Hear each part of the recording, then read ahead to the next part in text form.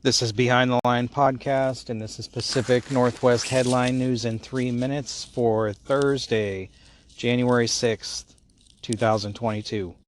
Washington State just endured a major snowstorm and now could be looking at some massive flooding. Lewis County, located between Seattle and Portland, is looking at historic flooding possibly tonight into tomorrow, harkening back to the 1996 levels. That flood closed and damaged Interstate 5 and left about 8 feet of water in the local Walmart next to the freeway. All three mountain passes are also closed in Washington at this time for heavy snow. The state says they're working on reopening them as soon as possible.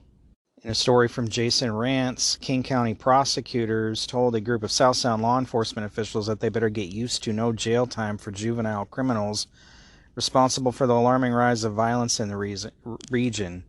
Ben Carr is the senior deputy prosecuting attorney for King County. He offered a PowerPoint presentation on how the county treats juvenile offenders, driving much of the crime.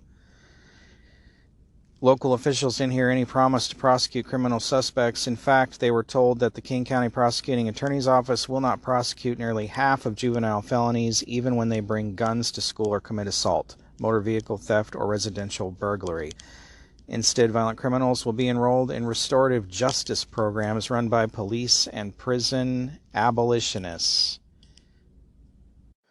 Portland officials rescinded a $12 million award from an unqualified clean energy firm and vow to improve vetting for future grants. Mayor Wheeler admitted that nothing they had done had caught the mistake, that it was the press, specifically the Oregonian and Oregon Live, that revealed last month that Diversifying Energy's executive director, Linda Woodley, had served time in prison for defrauding energy companies in the 90s and subsequently racked up millions of dollars in liens for unpaid federal and state taxes, including an $810,000 penalty filed in early 2021. It's typical of these big cities giving out money and not knowing where it's going. City of San Francisco teachers unions wanted to follow suit with Chicago teachers unions and have a massive sick out to get the point across that COVID safety measures need to be taken.